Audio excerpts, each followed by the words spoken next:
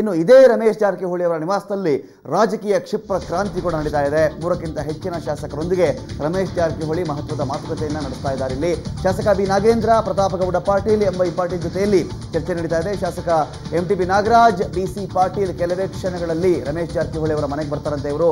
ಇನ್ನು 10 ಜನ ಶಾಸಕರು ರಮೇಶ್ ಜಾರಕಿಹೊಳಿ ಅವರ ಜೊತೆಗೆ ಇರತಕ್ಕಂಥ ವಿಚಾರದ ಬಗ್ಗೆ ಕೂಡ ಒಂದು ಮಾಹಿತಿ ಬರ್ತಾ ಇದೆ. ಇವತ್ತು ಸಂಜೆ ಅಥವಾ ನಾಳೆ 15 ಶಾಸಕರನ್ನ ಸೇರಿಸಿ ಇದೇ ರಮೇಶ್ ಜಾರಕಿಹೊಳಿ ಅವರು ತಮ್ಮ ಬಲ ಪ್ರದರ್ಶನವನ್ನ ಮಾಡ್ತಾರಾ ಅಥವಾ ಒಂದು ಔಪಚಾರಿಕ ಸಭೆ ಮಾಡ್ತಾರಾ? ಮಾತಾಡೋದೆಲ್ಲ ಮಾತಾಡಿ, ಇಲ್ಲ ಉಪಹಾರ ಕರೆದಿದ್ದೆ, ಎಲ್ಲೂ ತಿಂಡಿ ಮಾಡೋಣ ಅಂತ ಹೇಳಿ ತಿಂಡಿಗೆ ಬಂದಿದ್ರು ಅಂತ ಕೂಡ ಹೇಳಬಹುದಾಗುತ್ತೆ. ಆದರೆ 15 ಶಾಸಕರ ಒಂದು ಭೇಟಿ ಇದೆಯಲ್ಲ ರಮೇಶ್ ಜಾರಕಿಹೊಳಿ ಅವರೊಂದಿಗೆ, ಸುಖ ಸುಮ್ಮನೆ ರಾಜಕೀಯದಲ್ಲಿ ಇಷ್ಟು ಮಟ್ಟದ ಒಂದು ಗುಂಪು ಯಾವುದೇ ಕಾರಣಕ್ಕೂ ಸೇರಲ್ಲ. ಏನೋ ಮಹತ್ವದ ಕಾರಣಗಳಿದ್ದಾಗ ಮಾತ್ರ ಇಂತಹ ಭೇಟಿನ ನೋಡ್ತಾ ಬರ್ತಾ ಇರ್ತೀವಿ. ಶಾಸಕರ ಸಭೆ ಬಳಿಕವಾಗಿ ಮಹತ್ವದ ನಿರ್ಧಾರವನ್ನು ಇದೇ ರಮೇಶ್ ಜಾರಕಿಹೊಳಿ ಅವರು ಕೈಗೊಳ್ಳಬಹುದು ಅಂತ ಹೇಳಲಾಗ್ತಾ ಇದೆ. ಕಂಪ್ಲಿ ಶಾಸಕ ಗಣೇಶ್, ಶಾಸಕ ಶ್ರೀಮಂತ್ ಪಾಟೀಲ್, ಶಾಸಕ ಭೀಮಾನಾಯಕ್, ಶಾಸಕ ಆನಂದ್ ಸಿಂಗ್, ಬಸವ ಕಲ್ಯಾಣದ ಶಾಸಕ ನಾರಾಯಣರಾವ್ ಜೊತೆಯಲ್ಲಿಯೂ ಕೂಡ ಇದೇ ರಮೇಶ್ ಜಾರಕಿಹೊಳಿ ಸಂಪರ್ಕದಲ್ಲಿದ್ದಾರೆ. ರಾಜ್ಯ ರಾಜಕೀಯದಲ್ಲಿ ಇದೇ ರಮೇಶ್ ಜಾರಕಿಹೊಳಿ ಅವರು ಸಂಚಲನವನ್ನು ಸೃಷ್ಟಿ ಮಾಡ್ತಾರಾ? ಬೆಳಗಾವಿಯ PLD ಬ್ಯಾಂಕ್ ಮತ್ತು ಲಕ್ಷ್ಮೀ ಹೆಬ್ಬಾಳ್ಕರ್ ಈ 2 ವಿಚಾರಗಳಲ್ಲಿ ಇದೇ ರಮೇಶ್ ಜಾರಕಿಹೊಳಿ, ಸತೀಶ್ ಜಾರಕಿಹೊಳಿ ಅವರಿಗೆ ಸಾಕಷ್ಟು ಸಿಟ್ಟು ಬಂದಿರಬಹುದಾಗುತ್ತೆ. ಏನು ನಡೀತಾ ಇದೆ ಬೆಳಗಾವಿಯಲ್ಲಿ ಅಂತೇಳಿ. ಜೊತೆಗೆ ಇದೇ DK ಶಿವಕುಮಾರ್ ಅವರು ಬೆಳಗಾವಿಯಲ್ಲೂ ಹಸ್ತಕ್ಷೇಪ ಜಾಸ್ತಿ ಮಾಡ್ತಾ ಇದ್ದಾರೆ, ವರ್ಗಾವಣೆ ವಿಚಾರದಲ್ಲಿ, ಚುನಾವಣೆ ವಿಚಾರದಲ್ಲಿ. ಜೊತೆಗೆ ಬಳ್ಳಾರಿಯಲ್ಲಿಯೂ ಹಸ್ತಕ್ಷೇಪ ಇದೆ ಅಂತೇಳಿ ಬಳ್ಳಾರಿ ಭಾಗದ ಅನೇಕ ಕಾಂಗ್ರೆಸ್ ಶಾಸಕರಿಗೂ ಅಸಮಾಧಾನ ಇದೆ. ಇಂಥ ಅಸಮಾಧಾನಿತರ ಒಂದು ಕೂಟವನ್ನು ಮಾಡಿಕೊಂಡು ಅವರೊಂದಿಗೆ ರಮೇಶ್ ಜಾರಕಿಹೊಳಿ ಅವರು ಸಭೆಯನ್ನು ಮಾಡ್ತಾ ಇದ್ದಾರೆ. ಗಳಿಗೆ ಪ್ರತಿನಿಧಿ ಗಿರೀಶ್ ರಮೇಶ್ ಜಾರಕಿಹೊಳಿ ಅವರ ನಿವಾಸದಿಂದ ನೇರ ಸಂಪರ್ಕದಿದ್ದಾರೆ. ಗಿರೀಶ್, ನಾವು ನೋಡ್ತಾ ಬರ್ತಾ ಇದ್ದೀವಿ, ರಮೇಶ್ ಜಾರಕಿಹೊಳಿ ಅವರು ಎಲ್ಲ ಬಗೆಹರಿದಿದೆ ಅಂತ ಮಾತನಾಡ್ತಾ ಇದ್ದಾರೆ. 3 ಶಾಸಕರೊಂದಿಗೆ ಒಂದು ಸಭೆ ನಡೀತಾ ಇದೆ. ನಾಳೆ ವೇಳೆಗೆ ಸುಮಾರು 15 ಶಾಸಕರೊಟ್ಟಿಗೆ ಇದೇ ರಮೇಶ್ ಜಾರಕಿಹೊಳಿ ಅವರು ಸಭೆಯನ್ನು ಮಾಡಬಹುದು ಅಂತ ಹೇಳಲಾಗ್ತಾ ಇದೆ. ಎಷ್ಟು ಹೊತ್ತಿಗೆ ಸಭೆ ನಿಗದಿಯಾಗಿದೆ, ಯಾರೆಲ್ಲ ಜಾಯ್ನ್ ಆಗಬಹುದು ಈ ಸಭೆಯಲ್ಲಿ ಅಂತ?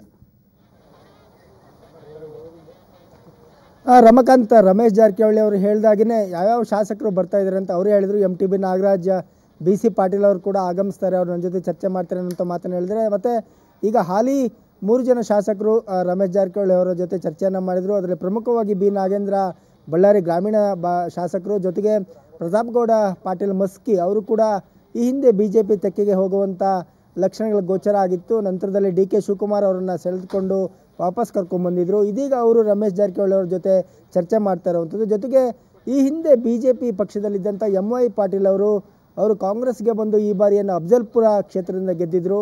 ಅವರು ಕೂಡ ರಮೇಶ್ ಜಾರಕಿಹೊಳಿ ಅವರ ನಿವಾಸಕ್ಕೆ ಆಗಮಿಸಿ ಅವ್ರ ಜೊತೆ ಚರ್ಚೆ ಮಾಡ್ತಾ ಇರುವಂಥದ್ದು. ಒಂದು ರಮಕಾಂತ್, ನೀವು ಇಲ್ಲಿ ಗಮನಿಸಬೇಕೇನು ಅಂದರೆ, ಎಲ್ಲ ಬಗೆಹರಿದಿದೆ ಅಂತ ರಮೇಶ್ ಜಾರಕಿಹೊಳಿ ಅವರು ಬಹಿರಂಗವಾಗಿ ಹೇಳಿದರೂ ಕೂಡ ಬೆಳಗಾವಿಯ PLD ಬ್ಯಾಂಕ್ನ ವಿಚಾರ ಸೇರಿದಂತೆ ಕೆಲವೊಂದಿಷ್ಟು ಬೆಳಗಾವಿ ರಾಜಕೀಯ ವಿಚಾರದಲ್ಲಿ ಏನು DK ಶಿವಕುಮಾರ್ ಅವರು ಮೂಗು ತೋರಿಸ್ತಾ ಇದ್ರು. ಇದರಿಂದ ಜಾರಕಿಹೊಳಿ ಬ್ರದರ್ಸ್ ಅಸಮಾಧಾನಗೊಂಡಿದ್ದರು.